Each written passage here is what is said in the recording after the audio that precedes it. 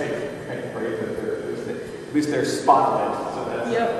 And now, a very interesting case here, not with dolls per se, but elements that seem to emerge out of Japanese popular culture, which is one of your interests. Yeah. Originally, Aaron was supposed to be in this case, but there was a party, so he won't be with the party. He left his job.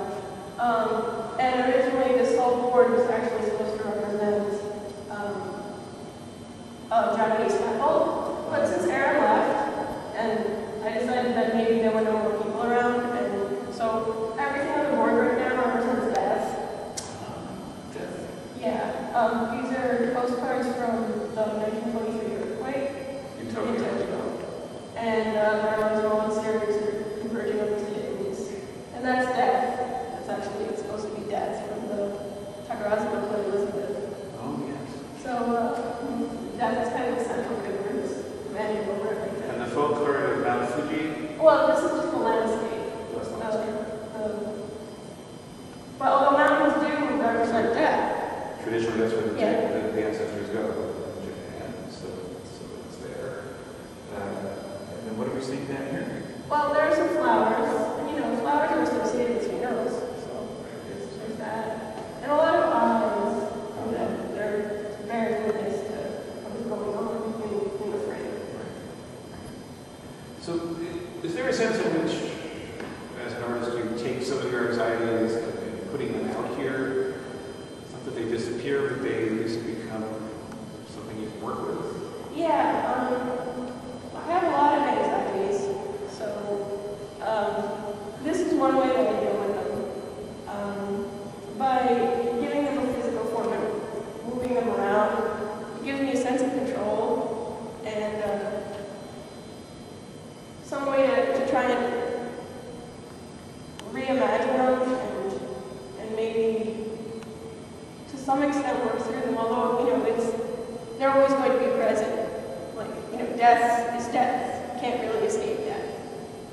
And I'm not necessarily trying to escape death, but at least I'm doing something with death that is amusing to me and not frightening.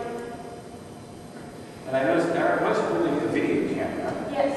That's not on the left, okay. Why was he an observer or witness? Yes. Aaron this is supposed to represent the world. It's the world in frame. Right.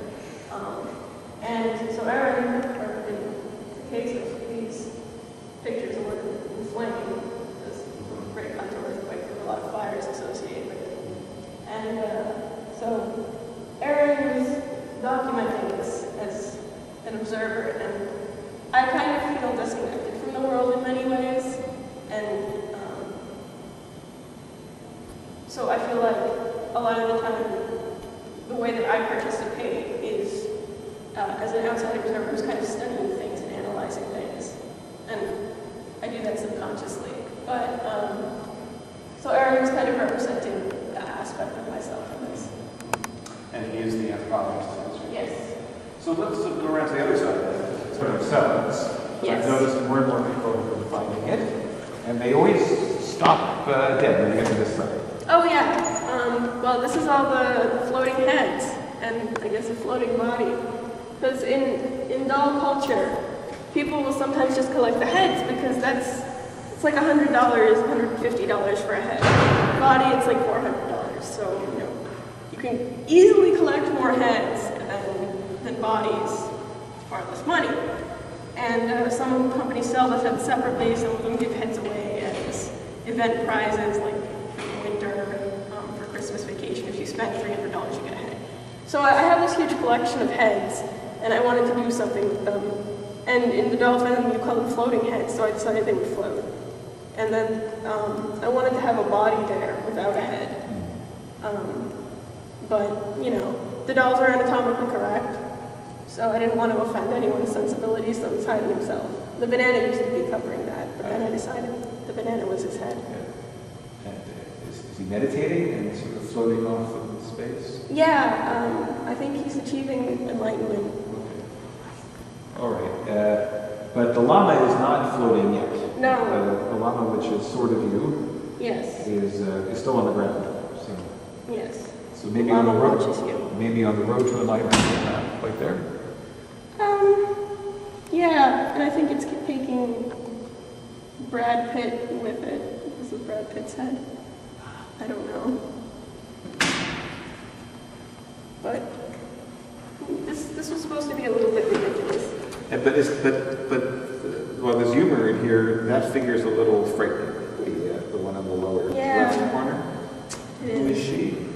That's Soldal Lupinus, but I want to turn it into character from an anime. So just as the dolls have previous narratives, but they can take on new identities and so forth. And sometimes those identities aren't original. Sometimes people will take previously created stories and make a doll